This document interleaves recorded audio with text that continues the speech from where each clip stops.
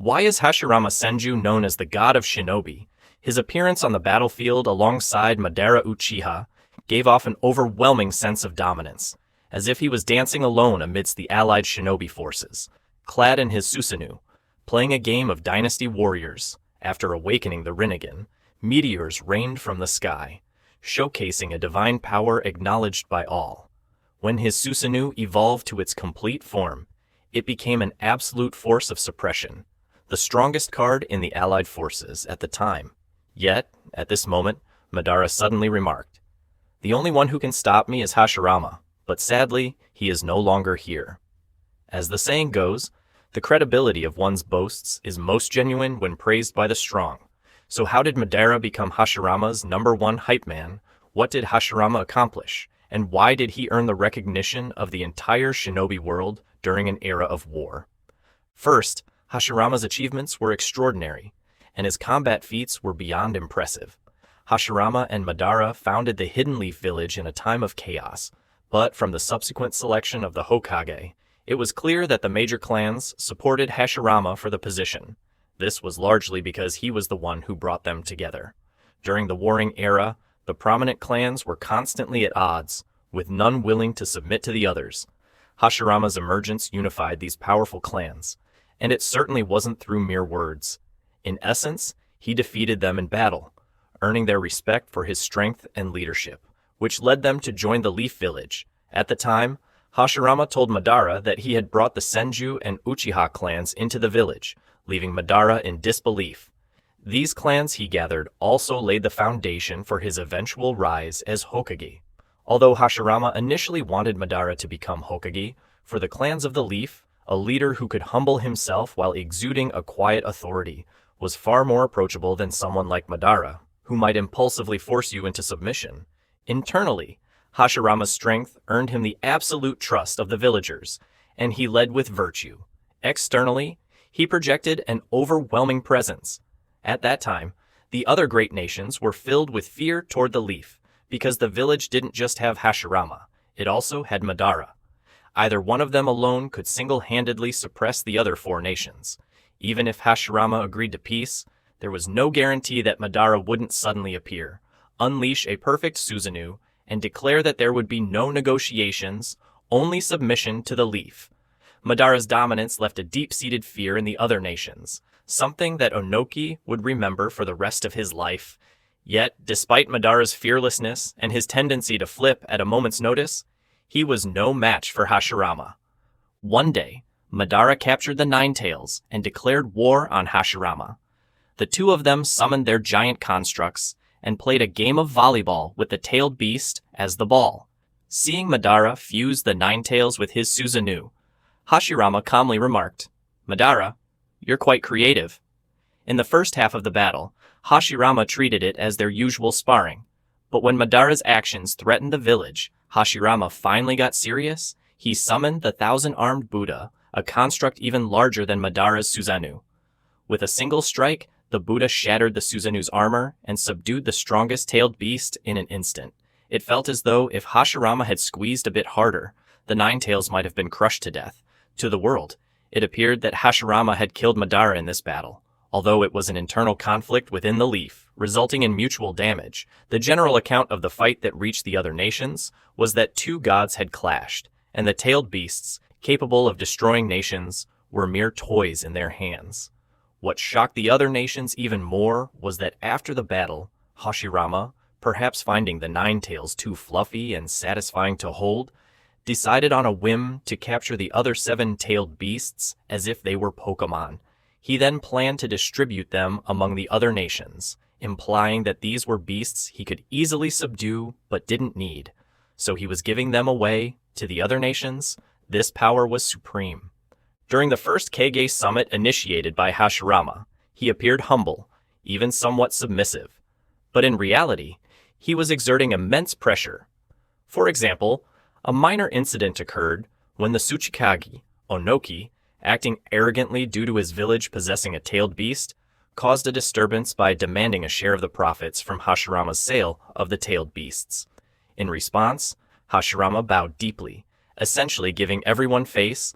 Under the influence of this face-giving, No one dared to speak up again. From his achievements and combat feats to his godly maneuvers, Hashirama's status as the god of Shinobi was firmly established. So much so that only after his death did the other nations dare to provoke war. If only Hashirama could be resurrected, he could ensure the Leaf's peace for decades. During the Fourth Great Ninja War, when Hashirama was reanimated, his combat performance remained stellar. He led the 4 Kaga in using the 4 Red Yang formation to temporarily seal the 10 Tails, and he helped the Allied forces contain Madara, another formidable enemy besides Obito. His battle with Madara also allowed the Allied forces to witness the grandeur of the god of Shinobi. Hashirama shielded Naruto and Sasuke from the threat of Obito, laying the decisive foundation for the Allied forces' victory in the first half of the war. Beyond his combat feats, Hashirama's performance in battle always felt like a form of dimensional suppression, as if no matter how strong his opponents became, he had the means to subdue them. It was akin to divine retribution, as is well known. Madara's growth in strength followed a clear trajectory, such as after the death of his brother, Izuna. Madara transplanted his brother's eyes, awakening the eternal Mangekyo Sharingan, and gained the full power of the Susanoo. Yet he was still subdued by Hashirama's wood release.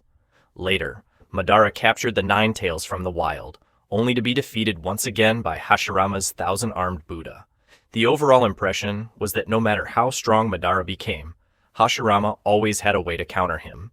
Even during the Fourth Great Ninja War, when the 10 Tails emerged as a formidable force, Hashirama was able to temporarily suppress it, using the 4 Red Yang formation and the deity gates. The reason for this temporary suppression might have been to avoid overshadowing the protagonist's role.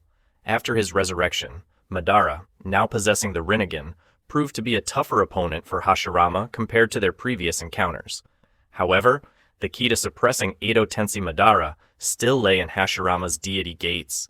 Even after Madara revived and drained Hashirama's Sage Mode chakra, Hashirama still had a way to counter him. He gave Sasuke a piece of wood, allowing Sasuke to approach Madara and restrain his Sage Mode power.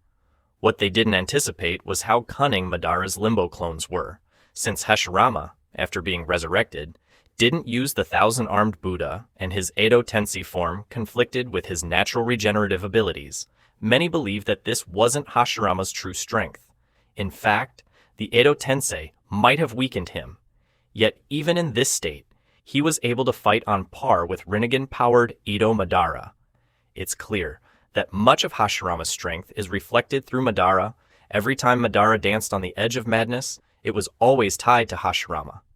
Hence, it's no exaggeration to call Madara Hashirama's #1 hype man. Another exaggerated moment during the war was when Naruto distributed the 9 Tails chakra to the Allied forces, and Hashirama humbly remarked, "This chakra is on par with mine."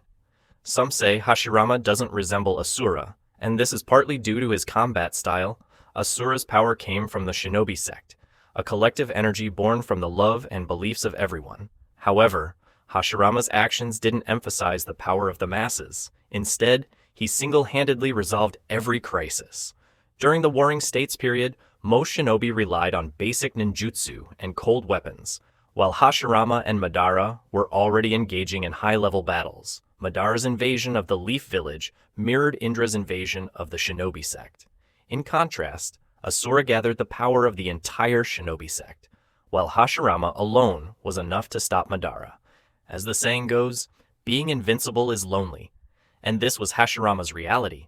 No wonder when Hashirama saw Madara's fusion of the 9 Tails and the Susanoo, he casually remarked, "Madara, you're quite creative." Lastly, Hashirama possessed noble qualities. In a chaotic era, he demonstrated leadership and a compassionate heart. In short, he embodied the virtues of the Sage of Six Paths. After defeating Kaguya, the Sage of Six Paths had the power to dominate the world. But unlike his mother, he didn't impose absolute control or exploit life.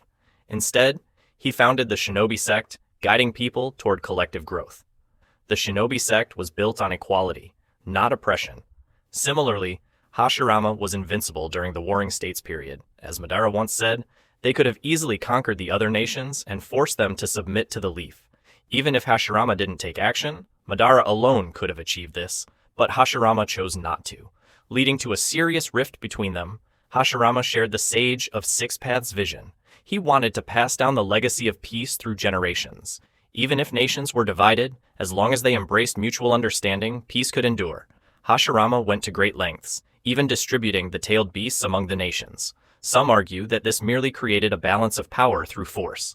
While there's some truth to this, I believe Hashirama's intention was to give the other nations a chance, allowing them to gradually realize the value of peace through prolonged balance. After his death, maintaining peace in the shinobi world required someone of his caliber. Since no one could match his strength, he ensured balance by giving each nation a tailed beast. Unfortunately, Hashirama's ideals couldn't be realized in 1 or 2 generations. During the final stages of the Great Ninja War, when the Allied forces faced Obito's terrifying power and fell into despair, Hashirama, through the Yamanaka clan's mind transmission technique, shared his unwavering belief in peace. His words reminded everyone of his efforts and the sacrifices made by their predecessors, greatly boosting the morale of the Allied forces. Although Hashirama didn't achieve his dream during his lifetime, he was far from a failure. It was in Naruto's generation that mutual understanding was finally achieved. Hashirama's compassion was also reflected in his handling of his brother Tobirama's forbidden techniques. Every time Tobirama excitedly told Hashirama about a new jutsu he had created, Hashirama would ban it if it wasn't a water release technique, as it was likely dangerous and inhumane. Even when Tobirama wanted to use the impure world reincarnation to gather intelligence, which required living sacrifices, Hashirama stopped him. Hashirama's title as the god of Shinobi isn't solely due to his immense strength. He exuded a divine aura of suppression, always having a way to counter his opponents in his era. Moreover, his noble qualities mirrored those of the Sage of Six Paths.